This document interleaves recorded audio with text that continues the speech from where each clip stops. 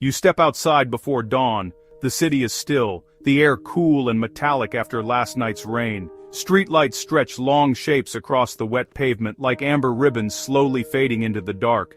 A bus exhales at a distant corner. The whole world feels as if it is holding a single, patient breath. You wrap your hands around a warm cup and listen for a quiet moment. It almost feels like the day could begin clean. Then your phone lights up, a headline full of panic, a message that sounds sharper than it probably is, a bill you forgot about, a reminder of some unfinished task. You feel your chest tilt, as if the world reached out and nudged you off center. But what if that tilt could stop at you?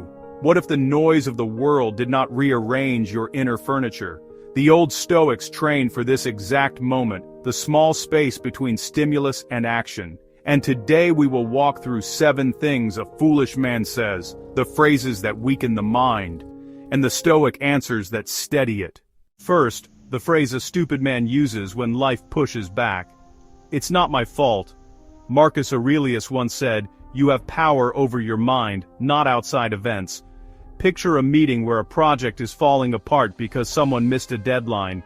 The air gets tight, and someone starts looking for a target. It is tempting to say the easy phrase, "It's not my fault." It protects your pride for a few seconds. But in Stoic terms, blame hands away your power. Responsibility is not the same as blame. Responsibility means you ask, "What can I do right now?" It anchors your mind in the only place where you actually have influence. When you take responsibility for your response, not the event, you earn back control. A simple practice. Before blaming, breathe once and ask, "What action is mine?" The question itself is grounding. Our second practice answers a quieter mistake. "I'll be happy when this happens." Seneca wrote, "True happiness is to enjoy the present." Maybe you imagine that things will feel better after the promotion, the move, the relationship shift, the new number in your account. The fantasy future comes dressed in all the things you think you need. Meanwhile, the present sits untouched, like a cup of coffee cooling beside you. Stoicism teaches that happiness is a skill, not a prize. You practice it now in the small, ordinary moments. You train your mind to notice what is here, not what is missing. Try naming 3 small exact things each morning. The warmth of water on your hands, the light coming through a window, the one person who checked in today. These are anchors. They steady you while the future takes its sweet time. Third, the phrase that hides impatience, "I deserve better immediately."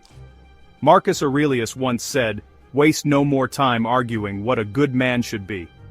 Be one." Modern life makes you measure everything. You scroll past people who seem to be doing better than you, and suddenly, it feels like you deserve more. More respect, more attention, more comfort, and you deserve it right now. But deserve is not a guarantee. Deserve is a responsibility. You earn the life you want through the quiet work of daily practice. A Stoic does not wait for the world to hand him better conditions. He becomes the kind of person who creates them. So if you want more respect, practice respect. If you want better opportunities, build small habits that make you ready for them. Growth is slow, like a season shifting. You cannot force spring, but you can plant seeds. The fourth thing is a surrender disguised as truth. I can't change. As Epictetus put it in the Enchiridion, no man is free who is not master of himself. You tell yourself stories about who you are. I've always been anxious. I've always been bad with money. I'm just like this. Repeating the story makes it feel permanent. But, the Stoics saw identity as clay, not stone. Change happens in the smallest units. One better choice, one calmer reply, one new habit repeated without drama. Try this. Choose a habit so small, it seems silly. 2 minutes of breathing. A 1-minute pause before replying to a stressful message. Reading a page a day. You chip away at the old story until it finally cracks. Change happens in whispers, not shouts. Fifth, the phrase that binds you to bitterness. They owe me. Marcus Aurelius once said, "The happiness of your life depends on the quality of your thoughts." Think about a friend who never texted you back, or a coworker who did not thank you, or a partner who forgot something important. The ledger starts forming in your mind, a list of everything you gave and everything they failed to return. But the ledger is a trap. When you believe others owe you, you hand over your peace. The Stoic approach is simple. Give because it aligns with your values, not because you expect a return. Lowering expectations does not mean lowering standards. It means freeing yourself from imaginary debts. Try a ledger reset. Write one thing someone did for you, no matter how small. Write one thing you can offer today without expecting anything back. These resets soften the grip of bitterness. Sixth, the plea that drains your strength. Everyone must like me. Seneca wrote, "We suffer more in imagination than in reality." Picture yourself at a gathering. You watch people's expressions like a weather report. You overthink every pause, every half smile. You rehearse lines in your head and judge your own voice as you speak. Most of the criticism you fear exists only in your imagination.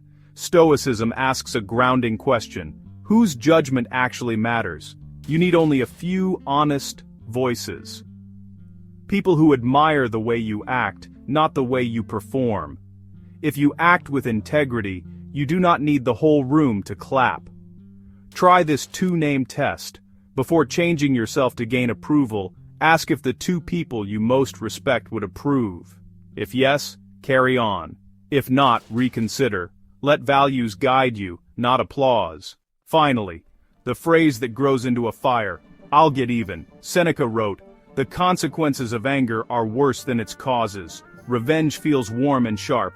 Someone cuts you off, someone betrays you, someone says something careless. Your body fills with heat and the mind wants to strike back. It feels like justice, but it is poison disguised as purpose." Stoicism does not ask you to ignore harm. It asks you not to become the harm. A wiser response is simple. Name what happened, set a boundary if needed, and refuse to let someone else's behavior drag your character down with it. If anger spikes, write it down. Describe the event, what it cost you, and what a calm version of you would do. Close the notebook. Give the emotion time to cool so your decision isn't shaped by heat. Justice without rage is strength. Remember that early quiet street, the cool air, the warm cup, the first light reflecting off the wet pavement. That moment is still available to you. The world will try to tilt you, but you are not a leaf. You are a man who can pause and choose. When you stop blaming, stop postponing happiness. Stop demanding instant rewards. Stop surrendering to old stories. Stop keeping ledgers. Stop chasing approval. And stop chasing revenge. You create room to breathe. A small Stoic challenge. For the next 3 mornings, notice the first thought that unsettles you. Name it without argument. Then shift one tiny action toward what you can control. Keep it small. Keep it steady. That is how a man builds an inner life that cannot be pushed over. Which Stoic way would you try first? Share it in the comments. I might read yours next time.